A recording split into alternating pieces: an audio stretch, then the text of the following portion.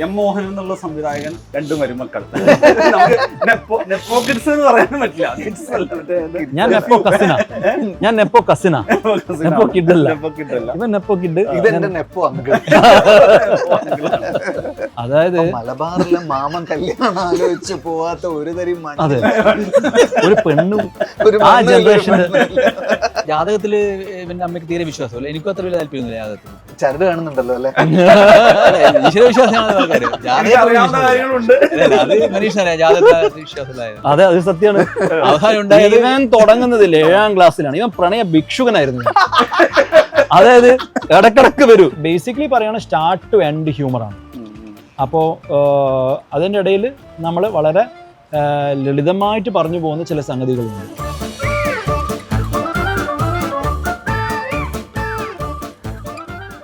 സംവിധായകൻ എം മോഹനൻ, വിനീത് ശ്രീനിവാസൻ, തിരക്കഥാകൃത്ത് രാകേഷ് മണ്ടോടി എന്നിവരാണ് ക്യൂ സ്റ്റുഡിയോയിലുള്ളത്. ഒരു ജാതി ഒരു ജാതകം തൊട്ട് മുമ്പാണ്. ഒരു ജാതി ജാതകം അങ്ങനെയാണ്. അതിന്റെ ഒരു ഓഡിയോ വേർഷൻ ആയിട്ട് ടൈറ്റിൽ എന്താണ് പറയുന്നത്? ഒരു ജാതി ജാതകമാണ് അവന്റെ. അങ്ങനെ നമ്മള് പറയുമല്ലോ, ജാതി സ്വഭാവം, ഒരു ജാതി സ്വഭാവമാണെന്ന് പറയുമല്ലോ. പക്ഷെ എനിക്ക് തോന്നുന്നത് മലബാറിന് പുറത്ത് ഒരു ജാതി അല്ല, എനിക്ക് തോന്നുന്നത് മൾട്ടി ലെയർ ടൈറ്റിലാണത്. അങ്ങനെയാണോ? നമ്മളിപ്പോ ഏതൊരു സാധനവും നമുക്കിപ്പോ അങ്ങനെ പല ആംഗിൾ ഉണ്ടാവുമല്ലോ. പക്ഷെ നമ്മൾ ഉദ്ദേശിച്ചത് അതെന്ന് വെച്ചാൽ ഈ ജയേഷ് എന്ന സെൻട്രൽ ക്യാരക്ടറിന്റെ ഒരു ജാതി ജാതകമാണെന്നുള്ള ഒരു സാധനമാണ്. അതാണ് ചിലരങ്ങനെ തെറ്റിദ്ധരിക്കുന്നുണ്ട് മലബാറിന് പുറത്ത്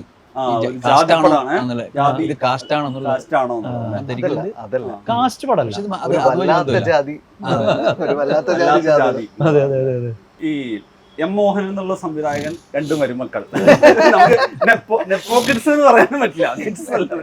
ഞാൻ നെപ്പോ കസിനാ, ഞാൻ നെപ്പോ കസിനാ, നെപ്പോ കിഡ് അല്ല. ഇവൻ നെപ്പോ കിഡ്, ഇതെന്റെ നെപ്പോ അങ്കിൾ. അപ്പൊ ഈ ഒരു ഇൻസ്റ്റാഗ്രാം ജനറേഷൻ വന്നതിന് ശേഷം എന്ന് വെച്ച് കഴിഞ്ഞാൽ ഏറ്റവും വൈബിളുള്ള, ഇപ്പം അച്ഛൻ മകൻ എന്നൊക്കെ നമ്മൾ എനിക്ക് തോന്നുന്നു ഇഷ്ടം മുതലുള്ള കുറെ സിനിമ നോക്കിയാൽ അച്ഛൻ മകൻ കോംബോയാണ് ഒരു ഹെവി ആയിട്ട് വരുന്നത്. പക്ഷെ ഒരു ഇൻസ്റ്റാഗ്രാമിന് ശേഷം മാമനും മരുമക്കളും എന്നുള്ളതാണ് ഭയങ്കര ഫണ്ണിയസ്റ്റ് അല്ലെങ്കിൽ ഭയങ്കര ക്രേസി കോംബോ വരുന്നത്. പ്രത്യേകിച്ച് മാമനെ ബേസ് ചെയ്തിട്ടാണ് ഈ സിനിമ എന്നുള്ളത് ഒരു കാര്യമുണ്ട്. അത് നേരത്തെ സ്വയംവര പന്തല് ശ്രീനിയേട്ടൻ വീട്ടിനകത്തുനിന്ന് ഏറ്റവും കൂടുതൽ എക്സ്പ്ലോർ ചെയ്തിട്ടുള്ള 5 പെങ്ങളും ഒരു അനിയനും. അതെ, 5 പെങ്ങന്മാരുണ്ട്. 5 പെങ്ങന്മാർ. എനിക്കൊന്ന് സ്വയംവര പന്തലിന്റെ കോർ ഐഡിയ എന്ന് പറയുന്നത് മോഹനേട്ടൻ ലൈഫായിട്ട് കണക്ട് ചെയ്തത് അല്ലേ? അത് ആയിരിക്കും തോന്നുന്നു. ഇതൊക്കെ ആരോപണങ്ങളാണ്. ഒരുപാട് ക്യാരക്ടേഴ്സിന് ഭ്രാന്ത് എന്നൊക്കെ പറയുന്നത് അതില്ല. നമ്മളെ തറവാട്ടിൽ ഭ്രാന്തില്ല, മോഡലില്ലാത്ത സാധനങ്ങൾ. പക്ഷെ ഈ പിന്നെ സഹോദരിമാരുടെ കൂടെ ഒരുപാട് പെണ്ണ് കാണാൻ പോകുന്നു എന്നുള്ളൊരു കോർ ഐഡിയ അതൊക്കെ ഉണ്ട്. അല്ലേ? അല്ല, അങ്ങനെ ഒന്നല്ലേ? അല്ല, ഞാൻ സ്വയംവര പന്തൽ കണ്ടതിന് ശേഷം പിന്നെ മോഹനേട്ടനോട് സംസാരിച്ചതിന് ശേഷം പിന്നെയും പോയി കണ്ടിട്ടുണ്ട്. സംസാരിച്ചോണ്ടിരിക്കുന്ന ആളുടെ സ്വഭാവം അങ്ങനെ കാണുന്ന കാര്യങ്ങളൊക്കെ അറിയാം. അല്ല, അതിലൊക്കെ സത്യങ്ങളൊക്കെ ഉണ്ട്, നമുക്ക് നിഷേധിക്കാൻ പറ്റില്ല. ഇതില് അങ്ങനെ ഒരു പേഴ്സണലൈസ് ഇതിന്റെ ഒരു ഉറപ്പായിട്ടും.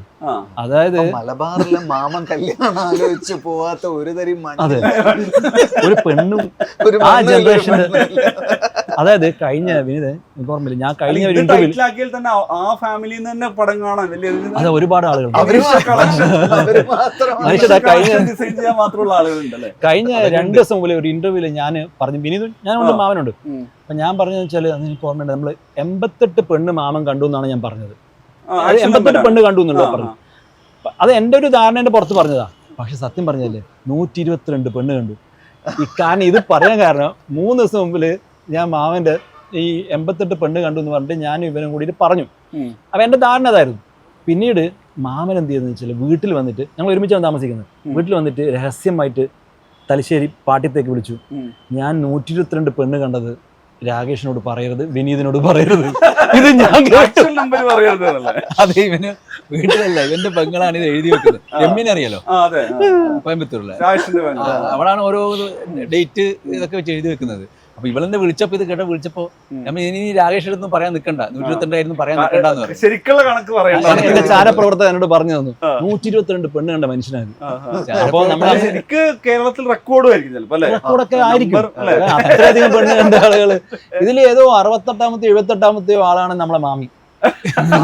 റിവേഴ്സിൽ വന്നതാ. അതെ 122 വരെ പോയിട്ട് ഒന്നും ഒക്കാണ്ട് ഇങ്ങനെ ബാക്കോട്ട് അടിച്ചിട്ട് അന്ന് അല്ല അങ്ങനെയല്ല, അത് ചെറിയ തിരിച്ചുണ്ട്. അല്ല അതല്ല, അതായത് എല്ലാം വെളിപ്പെട്ട സ്ഥിതി പറയാം.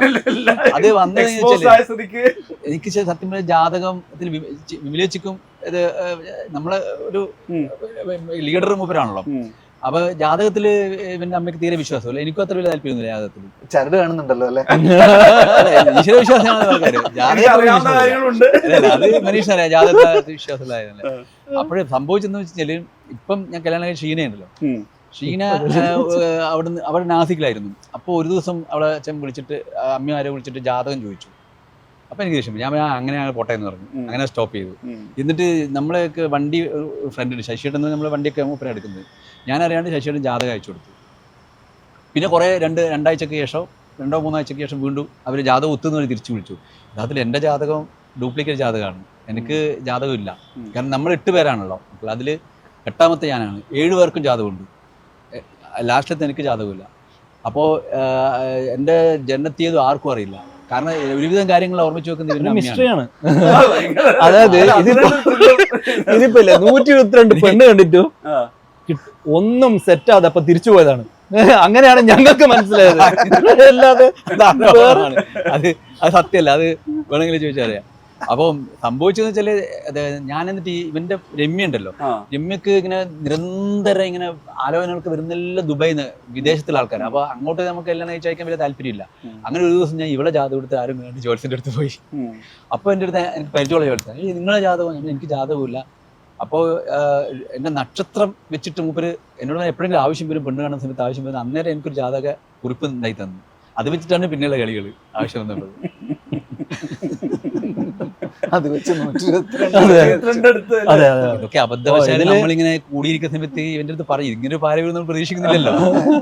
ഇതിൽ ബേസിക്കലി ചെന്നൈന്ന് ഞാൻ ചെന്നൈയിൽ കുറെ കാലം ഉണ്ടായിരുന്നു. അപ്പൊ ചെന്നൈയിലുള്ള സമയത്ത് നമ്മളെ കുറച്ച് ഫ്രണ്ട്സ് ഇവരുടെ കണ്ടീഷൻസ് ഒക്കെ കേട്ടാൽ നമ്മൾ ഞെട്ടിപ്പോകും.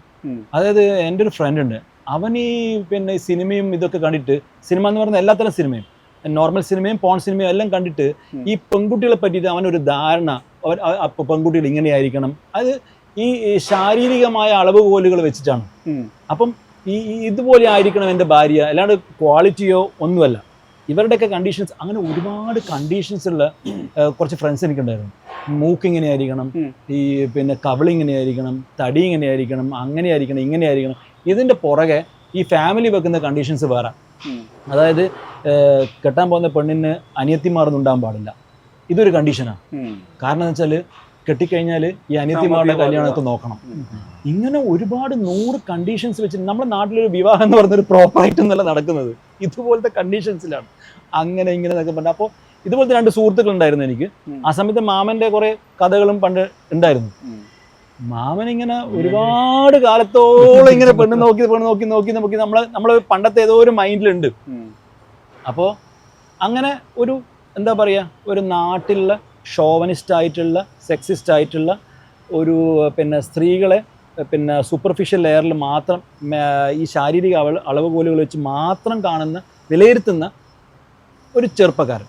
അങ്ങനെ ഒരു ക്യാരക്ടർ അങ്ങനെ എല്ലായിടത്തു നിന്നും കിട്ടിയതാണ്.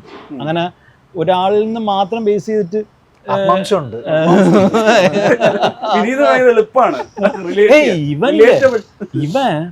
ഇവൻ ഇപ്പോഴുള്ള നോക്കണ്ട, ഇവൻ അടിപൊളിയൊക്കെയാണ് കാര്യങ്ങളൊക്കെ. ഇവൻ ചെറുപ്പത്തിലൊക്കെ ഇവൻ പിന്നെ ഷോണിസ്റ്റ് ആയിരുന്നു ഇവൻ. കാരണം ഞാൻ ചെന്നൈയിൽ പോയ സമയത്ത് അന്ന് ഇവന് ചെന്നൈ പോയ സമയത്ത് അത് ഓൾമോസ്റ്റ് കുറെ വർഷങ്ങൾ മുമ്പാണ്. അപ്പൊ ഇവനും ദിവ്യയും പ്രണയത്തിലൊക്കെ ആയ സമയത്ത്, അപ്പൊ ദിവ്യ ചിലപ്പോൾ ഷോളിട്ട് വന്നിട്ടില്ലെങ്കിൽ, ദിവ്യക്കുട്ടി ഷോൾ എവിടെ ചോദിക്കുന്ന ആളാണ്. പക്ഷെ പിന്നീട് ഇവൻ നോർമലി കല്യാണം ഭയങ്കര പ്രോഗ്രസീവ് ഒക്കെ ആയി. ഇപ്പൊ അടിപൊളിയാണ്. പണ്ട് നമുക്ക് എല്ലാവർക്കും അത് അത് ഈ പറയുന്ന ഞാൻ ഉൾപ്പെടെ എല്ലാവർക്കും ഇങ്ങോട്ട് നോക്കണ്ട. ഏറ്റവും sexist ആണ്. മാമന്റെ ഒരു ഷോവിനിസം ഞാൻ കണ്ടിട്ടില്ല. ഇല്ലല്ലോ, അത് നീ കാണാത്തോണ്ടാ. രംഗത്തൊക്കെയുള്ള അത് മാമീന്റെ അടുത്തൊക്കെ ഞെട്ടിക്കുന്ന കാണണം. അതായത് മൂപ്പറെന്തോ മാമിയുടെ ഓണർ എന്ന പുള്ളിയൊക്കെ സംസാരിക്കുക അതേ സമയത്ത്. എന്താ പറയാ, ഇതൊന്നും നിങ്ങൾ കാണാത്തോണ്ടാ. ഭാഷാപരമായ പ്രശ്നം. മനീഷറിയാം മലയാളം അറിഞ്ഞൂടാ, ഞാൻ പറഞ്ഞ മലയാളം അവർക്ക് മനസ്സിലാവും. അതിന്റെ പ്രശ്നമാണ്. അയ്യോ, അതായത് പിന്നെ മാമന്റെ മാമിന്റെ ലൈഫിൽ കുറച്ച് കോമഡികളൊക്കെ ഉണ്ട്. ഒന്ന്, ഇവരെ കല്യാണം ഉറപ്പിച്ചപ്പോൾ മാമി പിന്നെ മഹാരാഷ്ട്ര എന്നാണ്. മലയാളം വശമില്ല, ഇംഗ്ലീഷും മലയാളത്തിലൊരു ഇതുണ്ട്. മാമന് മലയാളം മാത്രമേ അറിയുള്ളൂ, മാമന് ഇംഗ്ലീഷും ഹിന്ദി അറിയില്ല. അപ്പൊ മാമൻ എന്ത് ചെയ്യുന്ന വെച്ചാൽ നാസിക്കിലേക്ക് മഹാരാഷ്ട്ര ഇവിടെ നിന്ന് കേരളത്തിൽ നിന്ന് പാട്യത്തിൽ നിന്ന് കത്തെഴുതും. പ്രിയപ്പെട്ട ഷീന എന്നൊക്കെ പറഞ്ഞ് കത്തെഴുതും. മാമിക്ക് ഇത് വായിക്കാൻ പറ്റില്ല. അപ്പൊ മാമി എന്ത് ചെയ്യും? മാമി അമ്മക്ക് കൊടുക്കും. ഈ മാമിന്റെ അമ്മയാണ് ഇതെല്ലാം വായിക്കുക. ഈ കോമഡി ഇവിടെ തീർന്ന് നിങ്ങൾ വിചാരിക്കരുത്. കല്യാണം കഴിഞ്ഞു, ഈ കത്തുകളെല്ലാം മാമി വളരെ സൂക്ഷിച്ച്, പണ്ടത്തെ ഏതോ ഒരു ഉർവശി ചേച്ചിയുടെ സിനിമയിലുള്ള പോലെ ഇതെല്ലാം നാട്ടിൽ കൊണ്ടുവന്നു. മാമി കുറച്ചു കാലം കല്യാണം കഴിച്ച ശേഷം ഇവരുടെ വീട്ടിലാണ് കുറച്ചു കാലം താമസിച്ചത്. അപ്പൊ നമ്മളെ ധ്യാനം ഉണ്ടല്ലോ അവിടെ, നമ്മളെ ധ്യാൻ ചെറുതാ. ധ്യാനം എന്താ വെച്ചാൽ ഈ ലെറ്റേഴ്സ് എല്ലാം എടുത്തിട്ട് സ്കൂളിൽ കൊണ്ടുപോയിട്ട് ഇവന്റെ ക്ലാസ് റൂമുകളിലെല്ലാം പ്രചരിപ്പിക്കുക. അതായത് റാണിജി എന്ന് പറയുന്ന ഇവർ പഠിച്ച സ്കൂളുകളിൽ ഒരു മാമിക്ക് എഴുതിയ പ്രണയലേഖനം എന്ന് പറഞ്ഞ് ഇവൻ പ്രചരിപ്പിക്കുക. അത് പോരാഞ്ഞിട്ട് നമ്മളെ വേറൊരു കസിൻ ഉണ്ട്, ഈ ധ്യാനം പോകുന്ന സ്കൂളിന്റെ വണ്ടിയിൽ പോകുന്ന വേറൊരു കസിൻ ഉണ്ട്, മിഥുൻ എന്ന് പറഞ്ഞിട്ട്. അവൻ കുറച്ചും കൂടി ചെറുതാ. ഇവന്റെ റൗണ്ട് കഴിഞ്ഞ് അവന് കൊടുക്കും, അവന്റെ ക്ലാസ്സിൽ പ്രചരിപ്പിക്കും. അങ്ങനെ ഒരു മാമിക്ക് എഴുതിയ കത്ത് അല്ലെങ്കിൽ പ്രണയലേഖനങ്ങൾ ഞങ്ങൾക്കെല്ലാം വളരെ സുപരിചിതമായിരുന്നു. അതിന്റെ കണ്ടനൊന്നും ഞാനിപ്പോ പറയുന്നില്ല. കവിതകളാണ് കവിതകളില് പലതരം കവിതകൾ അല്ലേ? ഇല്ല നിങ്ങളതില് അത് ധ്യാൻ നല്ല ഓർമ്മയുള്ള സ്ഥിതിക്ക് നിങ്ങൾ ധ്യാൻ ഇവിടെ ഉണ്ടായിരുന്നു, ധ്യാൻ ചിലപ്പോ പറഞ്ഞു തന്നെ. അവന് നല്ല ഭയങ്കര മെമ്മറിയാ. നീ കണ്ടില്ല? ഇല്ല, ഇവൻ കാണുന്നതിന് മുമ്പിൽ ധ്യാനം അടിച്ചു മാറ്റി സ്കൂൾ ക്ലാസ്സുകളെല്ലാം വായിച്ചു കൊടുക്കണം. ഇവന് അങ്ങനെയുള്ള പരിപാടികളൊന്നും, ഇവൻ ഡീസന്റ് ആണ്. ഇവന് അങ്ങനെയുള്ള കാര്യങ്ങളൊന്നും ഇടപെടാറില്ല. രാജേഷേട്ടനെ പറ്റിയിട്ട് നമുക്ക് ഇത്തരം ആരോപണങ്ങളൊന്നും ആരോപിക്കാൻ പറ്റില്ല. കാരണം രാജേഷേട്ടന് മര്യാദയ്ക്ക് ഒരു പ്രേമം ഉണ്ടായിട്ടില്ല. അതെ, അത് സത്യമാണ്. ഇവൻ തുടങ്ങുന്നതിൽ 7ാം ക്ലാസ്സിലാണ്. ഇവൻ പ്രണയ ഭിക്ഷുകനായിരുന്നു. അതായത് ഇടക്കിടക്ക് വരൂ എന്റെ വീട്ടിൽ വന്നിട്ട്, രേഷടാ ചെന്നൈയിലല്ല, ഇവൻ 10th-ലാണ് ചെന്നൈ പോകുന്നത്. അപ്പൊ പിന്നെ ഇവന്റെ ഫസ്റ്റ് പ്രണയം തുടങ്ങുന്നത് എനിക്ക് തോന്നുന്നു 7th-ലാന്ന് തോന്നുന്നു. എനിക്ക് പേര് ഓർമ്മയുണ്ട്. ഞാനിപ്പം പേര് ഞാൻ പറയുന്നില്ല. രേഷടാ ഇങ്ങനെ പ്രണയമുണ്ട്, പറയൂ. പിന്നെ പ്രണയ ഭിക്ഷുകനായിരുന്നു ഞാൻ.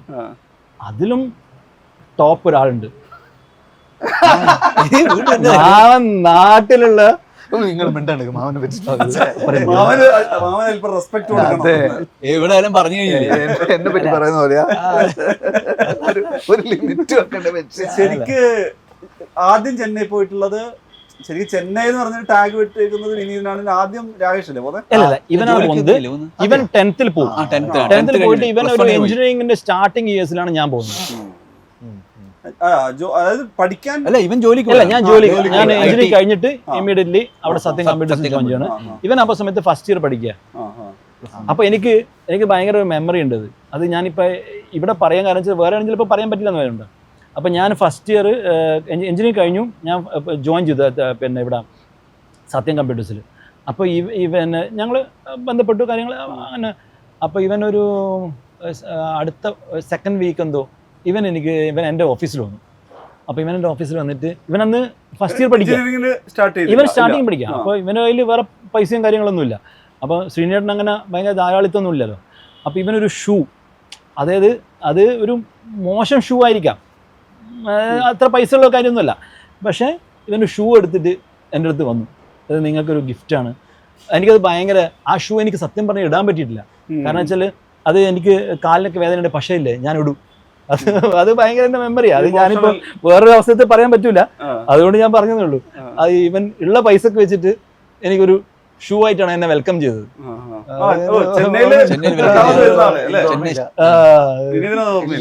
2004-05 അങ്ങനെ എന്താണ്. ഞാൻ ആ സമയത്ത് സ്റ്റേജ് ഷോസ് ചെയ്ത് തുടങ്ങിയിട്ടുണ്ടാവും. ഈ അരവിന്ദിന്റെ അതിഥികൾക്ക് ശേഷം നമ്മൾ ഇന്റർവ്യൂ തുടങ്ങുന്നതിന് മുമ്പ് നമ്മൾ സംസാരിച്ചു. കാരണം കഥ പറയുമ്പോൾ മുതൽ അരവിന്ദിന്റെ അതിഥികൾ വരെ അതിൽ ചെയ്ത സിനിമകളിൽ ഏറ്റവും കൂടുതൽ ഹിറ്റുമാണ്. ഇപ്പോഴും നമ്മൾ ടെലിവിഷൻ നോക്കിയാൽ സാറ്റലൈറ്റ് റിലീസുകളുടെ നമ്പർ ഓഫ് ടൈം ഈ പടങ്ങൾ ഏതെങ്കിലുമൊക്കെ ആയിട്ട് ഒരു മാസം മോഹനേട്ടൻ്റെ 2-3 പടം വരും. Underrated director. പക്ഷേ സിനിമ തുടർച്ചയായി ചെയ്യാറുമില്ല. ഈ ശരിക്കും ഈ അതിഥികൾക്ക് ശേഷം വന്ന ഗ്യാപ്പ് എന്താ റീസൺ? അല്ല, ഞാനും ഈ രാകേഷും തന്നെ 2 സബ്ജക്ട് ഓൾമോസ്റ്റ് വർക്ക് ചെയ്ത് പിന്നെ അത് മരുമോൻ എഴുതി തരാത്ത അതല്ല 2 സബ്ജക്ട് എനിക്കൊന്ന് പറയാനുണ്ട്. അപ്പൊ ഇത് മാമന് സത്യം പറഞ്ഞാല് സിനിമയെക്കാളും പ്രധാനം ഒരു സംഭവമുണ്ട് ലോകത്ത്, മത്തി. മത്തി എന്ന് പറഞ്ഞാലില്ലേ, ഇപ്പൊ ഓസ്കാർ മേടിക്കാൻ മാമൻ പോകുമ്പോഴാണെന്ന് ഇരിക്കുക, ഇപ്പൊ പോയിക്കൊണ്ടിരിക്കാന്നിരിക്കുക, അത് അവിടെ മനുഷ്യരുടെ സൈഡില് അവിടെ ഇറങ്ങി മത്തി ഉണ്ടാക്കി കഴിച്ചിട്ടേ ഓസ്കാർ മേടിക്കാൻ പോകുള്ളൂ. അത് തമ്മിൽ എന്താ കഥ? മത്തിയും തമ്മിൽ ആക്ച്വലി നമ്മൾ 2 സബ്ജക്റ്റ് അല്ല, അത് സത്യമാണ്. ആക്ച്വലി വിനീതിന്റെ അടുത്ത് ഞാനും മാമനും കൂടിയിട്ട് കോഴിക്കോടിൽ ഇരുന്നിട്ട് ഒരു സബ്ജക്ട് ഉണ്ടാക്കിയിരുന്നു. എന്നിട്ട് നമ്മളത് വിനീതിന്റെ അടുത്ത് പോയപ്പോ വിനീതിന് എല്ലാവർക്കും കേട്ട എല്ലാവരും നമ്മളെ ഫാമിലി ഫ്രണ്ടും എല്ലാവരും ഉണ്ടായിരുന്നു. അപ്പൊ കേട്ട എല്ലാവർക്കും ഫസ്റ്റ് ഹാഫ് വർക്കായി, പക്ഷെ ആർക്കും സെക്കൻഡ് ഹാഫ് വർക്കായില്ല. അത് നമ്മളത് ആ മൊമെന്റിൽ തന്നെ ഞാനും റിയലൈസ് ചെയ്തു അത് ആർക്കും വർക്കായിട്ടില്ല. അപ്പോൾ ഒബ്വിയസ്ലി അത് എനിക്ക് ആ തോട്ട് പോയി. അപ്പോൾ ആ സമയത്ത് നേരത്തെ എവിടെയോ എപ്പോഴോ പ്രിപ്പയർ ചെയ്ത് വെച്ച് എൻ്റെ കുറച്ച് സുഹൃത്തുക്കൾ, വിശ്വൻ, സനിത്ത് എന്നൊക്കെ പറഞ്ഞ സുഹൃത്തുക്കൾ അതിൻ്റെ പ്രിപ്പയർ ചെയ്ത് വെച്ച ഒരു സബ്ജക്റ്റ് ഉണ്ടായിരുന്നു. അത് ഞാൻ പെട്ടെന്ന് വിനീതിനടുത്ത് പറഞ്ഞു. വിനീത് പറഞ്ഞു, പക്ഷേ ഇത് കൊള്ളാമല്ലോ, ഇത് നിങ്ങളൊന്ന് വർക്ക് ചെയ്യുന്നു പറഞ്ഞു. അപ്പോൾ അത് പെട്ടെന്ന് ഞാൻ ആ സമയത്ത് എൻ്റെ കൂടെ മനു മഞ്ജിത്ത് ഉണ്ടായിരുന്നു. അപ്പോൾ മനു മഞ്ജിത്തുമായിട്ട് കുറച്ചൊന്ന് വർക്ക് ചെയ്തു. പിന്നെ മനുവിന് അധികം വർക്ക് ചെയ്യാൻ പറ്റിയില്ല, കുറച്ച് തിരക്കായി, പാട്ടും പരിപാടിയൊക്കെ ആയിട്ട്. പിന്നെ എൻ്റെ ഒരു കോറേറ്റർ സരേഷ്, ഞാൻ മൂപ്പറുമായി ബന്ധപ്പെട്ട് അങ്ങനെ നമ്മളൊരു ഡെവലപ്പ് ചെയ്ത് പെട്ടെന്ന് അത് മൂവായി. അപ്പൊ ഇത് വിനീതിനടുത്ത് എത്തിച്ചു.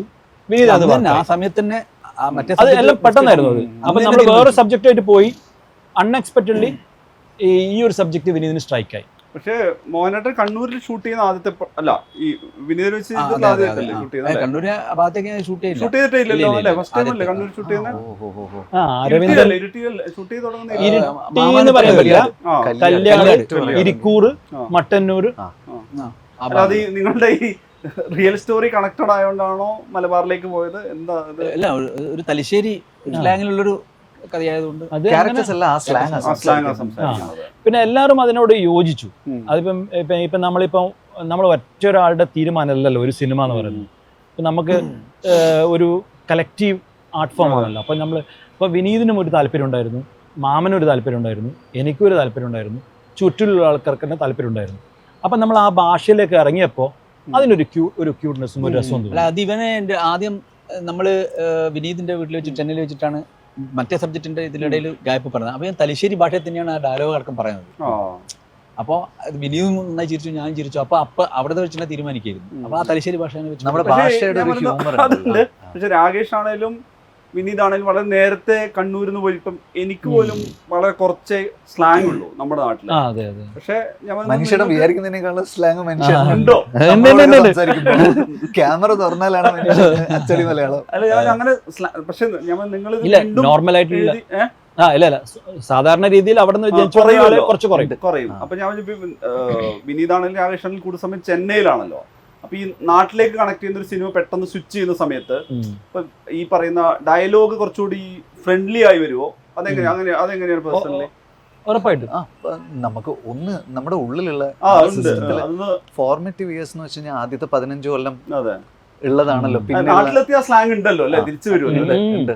ഇപ്പൊ വിനീതൊക്കെ ഇപ്പൊ സത്യം പറഞ്ഞാൽ പുറത്തുനിന്ന് വേറൊരാളോട് സംസാരിക്കുന്ന പോലെയല്ല നമ്മളോട് സംസാരിക്കുന്നത്. അപ്പൊ ഭയങ്കര കംഫർട്ട്. 10ാം ക്ലാസ് വരെ അവിടെ തന്നെ ആയിരുന്നല്ലോ.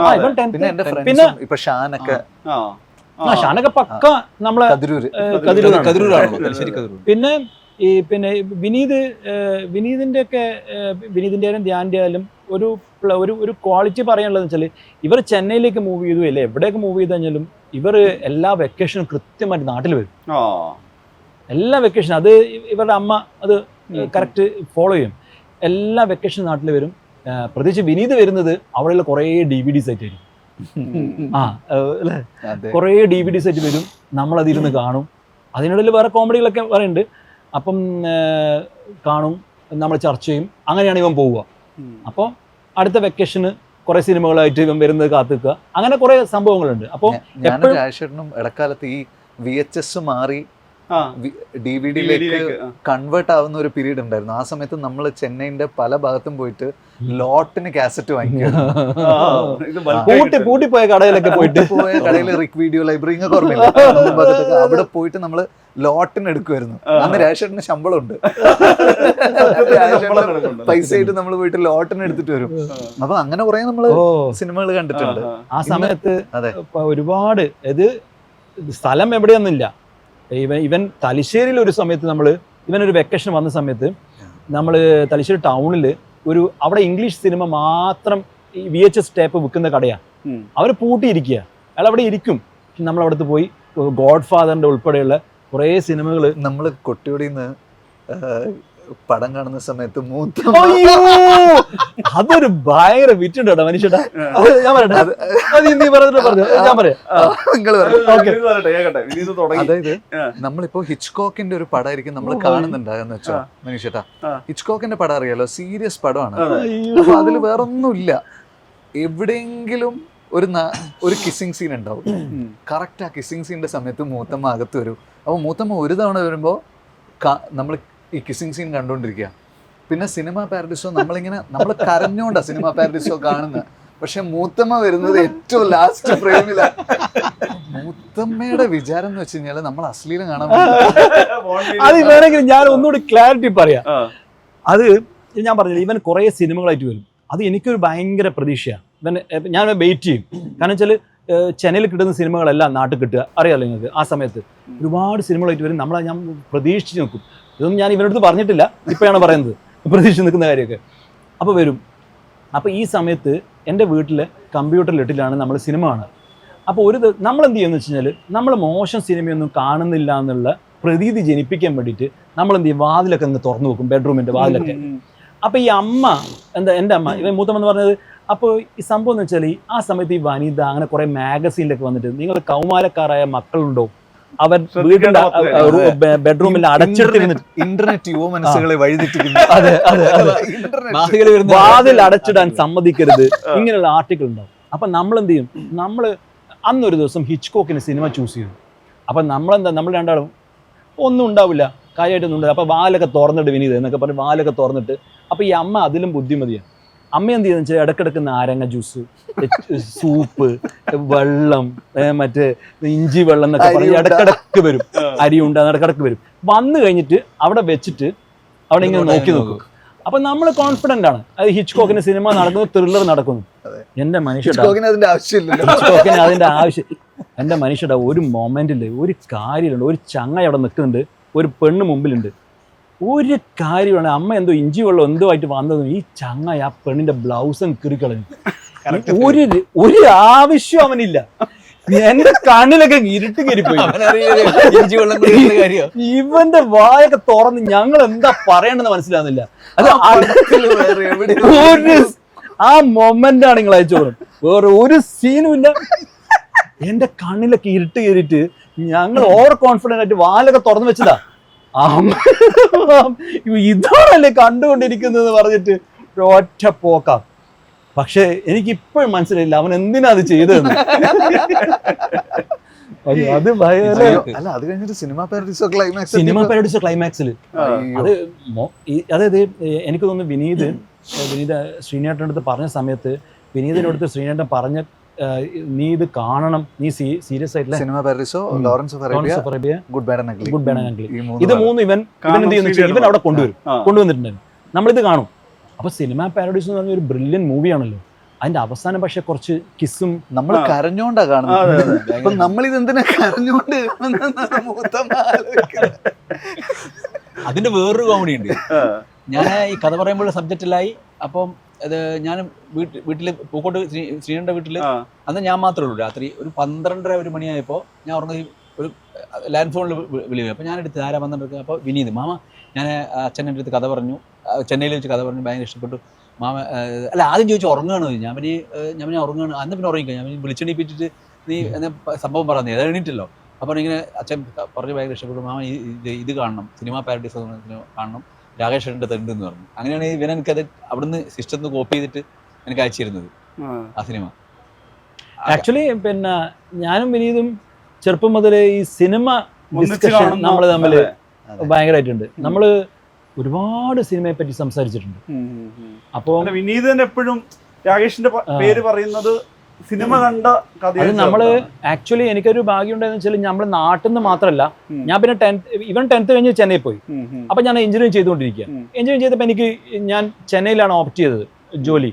അപ്പൊ ചെന്നൈയിലും നമ്മൾ ഈ ചർച്ച തുടർന്ന് കൊണ്ടുപോവുകയാണ് ഉണ്ടായത്. അപ്പം ആ ഒരു ചർച്ചകളും നമുക്ക് ഒരുപാഡ് ഗുണം ചെയ്തിട്ടുണ്ട്. കുറെ ബുക്സ് അങ്ങോട്ടും ഇങ്ങോട്ടും. ഈ വേറൊരു കാര്യമുണ്ടല്ലോ, ഇപ്പം ശ്രീനിയേട്ടനുണ്ട് വീട്ടില്. അപ്പോൾ ശ്രീനിയേട്ടൻ മലയാളത്തിൽ എണ്ണം പറഞ്ഞ റൈറ്ററായിട്ട് തന്നെ നിൽക്കുകയാണ്. എന്നാൽ പാഠ്യത്തിൽ വരുന്ന സമയത്ത് അവിടെ നാടും വീട്ടും നമുക്ക് എത്രയോ കഥകൾക്ക് എത്രത്തോളം ഊർജ്ജം അല്ലെങ്കിൽ എത്രത്തോളം റൂട്ട് ഈ പറഞ്ഞ നാട്ടിലാണെന്നുള്ളത് ഒരുപാട് പേര് പറഞ്ഞിട്ടുള്ള, ശ്രീനിയേട്ടൻ തന്നെ പറഞ്ഞിട്ടുള്ള. ഇപ്പം മോഹനേട്ടനാണെങ്കിലും രാകേഷിനാണെങ്കിലും വിനീതനാണെങ്കിലും സിനിമ ചെയ്യണം അല്ലെങ്കിൽ സിനിമയിലേക്ക് വരണം എന്നുള്ളതിൽ ഈ പറഞ്ഞ ഈ ഒരു തലശ്ശേരിയുടെ അന്തരീക്ഷം എത്രത്തോളം ഒരു പ്രധാനപ്പെട്ട ഫാക്ടർ. എനിക്ക് ഒരുപാട് ഗുണം ചെയ്തിട്ടുണ്ട്. കാരണം ഞാൻ മാണിക്കക്കല്ല് പോലത്തെ, ഞാൻ മനീഷിനെ അറിയാലോ, അതുപോലെ സിനിമ ചെയ്യാൻ പറ്റിയത് ആ നാടും നമ്മൾ പിന്നെ കുറച്ച് സാമൂഹ്യ പ്രവർത്തനവും അതുപോലെയുള്ള സ്കൂളുകളും ആ പരിസരം തന്നെയാണ്. അത് അങ്ങനെ ഒരു സിനിമ ചെയ്യാൻ എനിക്ക് അത് പറ്റിയത്. മൊത്തത്തിലും അത് ഒരുപാട് ഇൻഫ്ലുവൻസ് ചെയ്തിട്ടുണ്ട്. പിന്നെ ശ്രീനിയേട്ടൻ വരുമ്പോഴൊക്കെ നമ്മളെപ്പോഴും സംസാരിക്കുന്നത് സിനിമയെ കുറിച്ചായിരിക്കും. ശ്രീനിയേട്ടൻ വന്നു കഴിഞ്ഞാൽ ശ്രീനിയേട്ടൻ നാട്ടിലെ ഫ്രണ്ട്സൊക്കെ അവിടെ എപ്പോഴും വരും. അപ്പോൾ അവിടുത്തെ കഥകളും കാര്യങ്ങളൊക്കെ പറയും. അങ്ങനെ ഒരു കാലഘട്ടം ഉണ്ടായിരുന്നു. ഈ വേറെ എനിക്ക് അറിയാവുന്ന വേറൊരു കഥ എന്ന് വെച്ച് കഴിഞ്ഞാൽ, ശരിക്കും ഈ പറഞ്ഞ ശ്രീനിയേട്ടൻ കൂടുതൽ സമയം ലൊക്കേഷനിലാണ്. രാകേഷിന്റെ കാര്യത്തിലാണെങ്കിലും വിനീതിന്റെ കാര്യത്തിലാണെങ്കിലും ഒരു ലോക്കൽ ഗാർഡിയൻ ലെവലിൽ ഉള്ള ഒരാളായിട്ട് കൂടിയാണെന്ന് തോന്നുന്നു മോഹനേട്ടൻ കുറെ കാലമായിട്ടുണ്ടായിരുന്നു. നിങ്ങൾക്കിടയിൽ ഈ പറയുന്ന ഒരു ഈ കുറച്ചുകൂടി ഫ്രണ്ട്ഷിപ്പ് സ്വഭാവത്തിലേക്ക് മാമനെ കമ്പനിയാക്കാൻ പറ്റുന്ന തരത്തിലേക്ക്. അതല്ലേ, ഇവന്റെ മൂത്രം കുടിച്ചിട്ടുണ്ട്. ഇത് പറയാൻ പറ്റുമെന്ന് അറിയില്ല. അതായത് അതിലെ നാണം കൊടുത്തിട്ടൊന്നുമില്ല. അത് സിമ്പിളാണ്. അത് ഇവനെ എടുത്തു നടന്ന സമയത്തുള്ള ഒരു സംഭവമാണ് ഞാൻ പറഞ്ഞത്. അതങ്ങനെ. പക്ഷെ മാമൻ വെച്ചാൽ പണ്ടേ ഇപ്പൊ എന്റെ ഒരു പോയിന്റ് ഓഫ് വ്യൂ ആണെങ്കിൽ മൂപ്പർ നമ്മൾ ആ രീതിയിൽ തന്നെയാണ് കണ്ടത്. ഇപ്പം അത് വിനീതിനായാലും ഇപ്പം ഞാനൊരു 6th എത്തിയപ്പോൾ അപ്പം എന്നെ ആദ്യമായിട്ട് എൻ്റെ പാഠ്യത്തെ ലൈബ്രറി. അപ്പം നമുക്കെല്ലാം ഈ നാട് ഭയങ്കര ഇമ്പോർട്ടൻ്റാണ്. പാഠ്യം നാട് വളരെ ഇമ്പോർട്ടൻ്റാണ്. അത് വിനീതിനായിക്കോളും ഉള്ളിലുണ്ട്. ഇപ്പം 10th പോയെങ്കിലും അതിൻ്റെ ഉള്ളിലുണ്ടാവും. അപ്പം എന്നെ ആദ്യമായിട്ട് അവിടെ ഒരു ലൈബ്രറിയിൽ മെമ്പർഷിപ്പ് എടുത്തു തന്നത് മാമനാ. അപ്പം അവിടുന്ന് വായിച്ചിട്ടാണ് നമ്മൾ ഈ പുറം ലോകത്തെക്കുറിച്ച് അറിയുന്നത്. പുറം ലോകത്ത് എന്ത് സംഭവിക്കുന്നു, അമേരിക്കയിൽ എന്ത് സംഭവിക്കുന്നു, ചുറ്റുപാടും എന്ത് സംഭവിക്കുന്നു എന്ന് പറയുന്നത് നല്ലൊരു ഗ്രന്ഥശേഖരം ഉണ്ടായിരുന്നു. അത് ഇല്ലാണ്ടത് പറ്റില്ല. അല്ലെങ്കിൽ നമ്മൾ ചുരുങ്ങിപ്പോവും.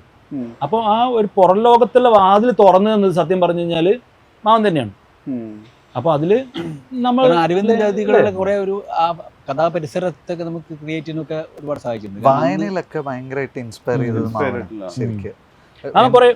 എന്റെ ചെറുപ്പത്തിൽ നമ്മൾ ഈ ഇത് കവിതാ രചനയൊക്കെ ഉണ്ടാവും. ഒരു തവണ കവിതാ രചന ഇത് നമ്മൾ റിസൈറ്റേഷൻ ഉണ്ടല്ലോ, പദ്യം ചൊല്ലലുണ്ടല്ലോ, പദ്യം ചൊല്ലലിന് ഞാൻ എന്ത് ചെയ്തെന്ന് വെച്ച് കഴിഞ്ഞാൽ എനിക്ക് തോന്നി എന്തോ എഴുതിയിട്ട് ഞാനതങ്ങ് പാടി, എനിക്ക് പ്രൈസ് കിട്ടി. അപ്പം ഞാൻ മാമൻ്റെ അടുത്ത് വന്നിട്ട് അത് പറഞ്ഞിട്ട് മാമൻ ഉടനെ എന്നെ നേരെ നമ്മളെ ഐവ ഓഡിയോ ആൻഡ് വീഡിയോ എന്ന് പറഞ്ഞിട്ട് കൂത്തുപറമ്പിലൊരു കടയുണ്ട്, നിനക്ക് ഏതാ കാസറ്റ് വേണ്ടെന്ന് വെച്ചാൽ വാങ്ങിച്ചോ.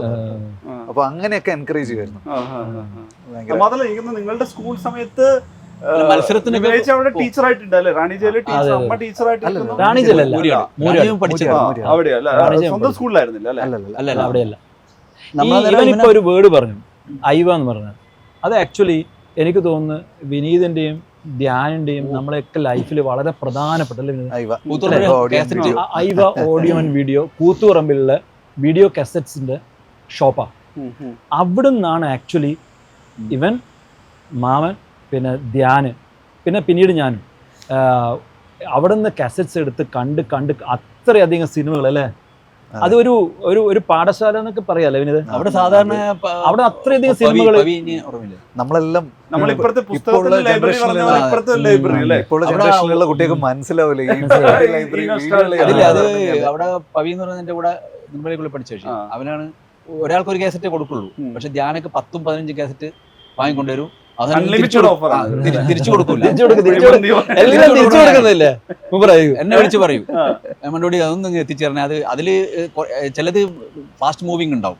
അപ്പോ ഇത് അവൻ പറയും ഞാൻ പെട്ടെന്ന് നാളെ വൈകുന്നേരം കൊണ്ടുത്തരാ, പിന്നെ ഇവന്റെ അഡ്രസ് ഉണ്ടാവില്ല. അപ്പൊ പവി എന്നെ വിളിച്ച് പറയും, ഞാൻ കൊണ്ടുകൊടുക്കും. ഇതാണ് സ്ഥിരം പണിയാണ്, ഇവനെ കൃത്യമായി കൊണ്ടു കൊടുക്കണം. പിന്നെ ധ്യാൻ ഏറ്റവും കൂടുതൽ എനിക്ക് തോന്നുന്നു അവിടെ നിന്ന് എടുക്കുന്നത് പൊട്ടിയ സിനിമകളാണ്. അതെ, ടേസ്റ്റിൽ ഡിഫറൻസ് ഉണ്ട്. ഇല്ല, ടേസ്റ്റിൽ ഡിഫറൻസ് അവൻ അന്നേ അവന്റെ ഒരു ചോയ്സ് അതാ. അവൻ അന്നേ അത് പഠിക്കുക. അവരോട് ചോദിച്ചപ്പോ അവൻ പറയാന്ന് വെച്ചാല് അത് പഠിക്കണ്ടേ, അത് അറിയണം നമ്മള്. അപ്പൊ ഐവ എന്ന് പറയുന്നത് നമ്മളെ ഒരു കാലഘട്ടത്തില് നമ്മളൊരു ലൈഫിന്റെ ഒരു ഭാഗം ആയിരുന്നു. അതുകൊണ്ടാണ് ഞാൻ പറഞ്ഞത്. ഇപ്പൊ പിന്നെ മോഹനേട്ടന്റെ പടത്തിലാണെങ്കിലും കുറച്ചുകൂടി റൂട്ടഡ് ആയിട്ടുള്ള എന്നാൽ ഒരു ഫൺ ഫീൽ ടൈപ്പ് സിനിമയാണ് എല്ലാം ചെയ്തത്. ഇപ്പം നമുക്കറിയാം കഥ പറയുമ്പോഴുള്ള കാര്യത്തിൽ ശ്രീനിയേട്ടൻ ചെയ്ത സിനിമകളുടെ ഒരു ഫോമാറ്റ് ഉണ്ട്. എന്നാൽ പോലും മോഹനേട്ടൻ അതിന് ശേഷം ചെയ്ത സിനിമയെല്ലാം ഈ മോഡൽ തന്നെയാണ്. ഇപ്പോൾ അരവിന്ദൻ്റെ അതിഥികൾ നോക്കുകയാണെങ്കിൽ എനിക്ക് തോന്നുന്നത് വിനീതിൻ്റെ നമുക്കൊരു പെർഫോമൻസിൽ എനിക്ക് പേഴ്സണലി ഏറ്റവും കണക്റ്റഡ് ആയ സിനിമകൾ വന്നാൽ ചാപ്പാക്കുരിശ്. ഞാനത് വിനീതിനോടൊന്ന് പറയുകയും ചെയ്തിട്ടുള്ളതാണ്. ഭയങ്കര റിലേറ്റ് ചെയ്യാവുന്നതാണ്. പിന്നെ അതിൽ വല്ലാത്തൊരു ടൈമിംഗ് ഉണ്ടല്ലോ. ഉർവശി ചേച്ചിയായിട്ടുണ്ട് ഇപ്പുറത്ത്. എല്ലാം ഈ പറയുന്ന കോമഡി ടൈമിങ്ങിൻ്റെ ഒക്കെ ഹ്യൂജ് ടൈമിംഗ് മാനേജ് ചെയ്യുന്നവരോട് കൂടിയാണ് ത്രൂ ഔട്ട് റോൾ ചെയ്തേക്കുന്നത്. അപ്പോൾ അതിനുശേഷമുള്ളൊരു സിനിമയായിട്ടാണല്ലോ ഇത് വരുന്നത്. അപ്പൊ ഇതിന്റെ ഒരു ഐഡിയ എന്ന് പറയുന്നത് ഇതെന്ത് തരം സിനിമയാണ്? ഹ്യൂമർ ആണ്? ഇത് ഔട്ട് ആൻഡ് ഔട്ട് ഹ്യൂമർ ആണ്, സ്റ്റാർട്ട് ടു എൻഡ് ഹ്യൂമർ ആണ്. പക്ഷെ അതിൽ നമ്മൾ കരുതി വെക്കുന്ന ചില സംഗതികളുണ്ട്. അത് ആളുകൾക്ക് അവര് ഏത് രീതിയിൽ അവരെ ചില കാര്യങ്ങളുടെ അപ്രോച്ച് ചെയ്യണം. അതായത് സ്ത്രീപക്ഷമായിട്ട് അല്ലെങ്കിൽ ഈ സ്ത്രീ വിരുദ്ധത അങ്ങനത്തെ ചില കാര്യങ്ങളിൽ ആളുകൾ എങ്ങനെ നിൽക്കണം, ഏത് സ്റ്റാൻഡിൽ നിൽക്കണം എന്നൊക്കെ വളരെ ചെറിയ രീതിയിൽ ഹ്യൂമറിൻ്റെ ഇടയിൽ നമ്മൾ കരുതി വെക്കുന്ന ചില സംഗതികളുണ്ട്. അപ്പം ഇത് ബേസിക്കലി പറയുകയാണെങ്കിൽ സ്റ്റാർട്ട് ടു എൻഡ് ഹ്യൂമറാണ്. അപ്പോൾ അതിൻ്റെ ഇടയിൽ നമ്മൾ വളരെ ലളിതമായിട്ട് പറഞ്ഞു പോകുന്ന ചില സംഗതികളുണ്ട്. കാരണം ഇപ്പം അറിയാമല്ലോ സ്ത്രീവിരുദ്ധമായിട്ടുള്ള കുറേ കാര്യങ്ങൾ, പക്ഷേ അത് ഒട്ടും സീരിയസ് അല്ലാണ്ട് start to end laugh out ലൗഡിൽ പറഞ്ഞു പോകുന്നതാണ്. മാമന്റെ കൂടെ ഒക്കെയാണ്. പക്ഷെ രാജേഷേട്ടൻ്റെ കൂടെ ഇപ്പോൾ സ്ക്രിപ്റ്റ് ഡിസ്കസ് ചെയ്യുന്നത് ഭയങ്കര ഈസിയായി. തിരയുടെ സമയത്തൊക്കെ നമ്മൾ തമ്മിൽ ക്ലാഷോട് ക്ലാഷ് ആയിരിക്കും. എന്ന് വെച്ച് കഴിഞ്ഞാൽ വഴക്കെന്നുള്ളതല്ല, രാജേഷേട്ടന് ഒരു പെർസ്പെക്റ്റീവ് ഉണ്ടാവും, എനിക്ക് വേറൊരു ഇതുണ്ടാവും. അതിന്ന് നടുക്കൊരു സ്ഥാനത്തിലേക്ക് എത്തണമല്ലോ, അതിന് കുറെ സമയം എടുക്കും. ഞാൻ അന്ന് ഭയങ്കര ഒപ്പീനിയറ്റഡ് ആയിരുന്നു. ഭയങ്കര ഒപ്പീനിയൻ കുറച്ച് കുറേ ഫ്ലെക്സിബിൾ ആയോ.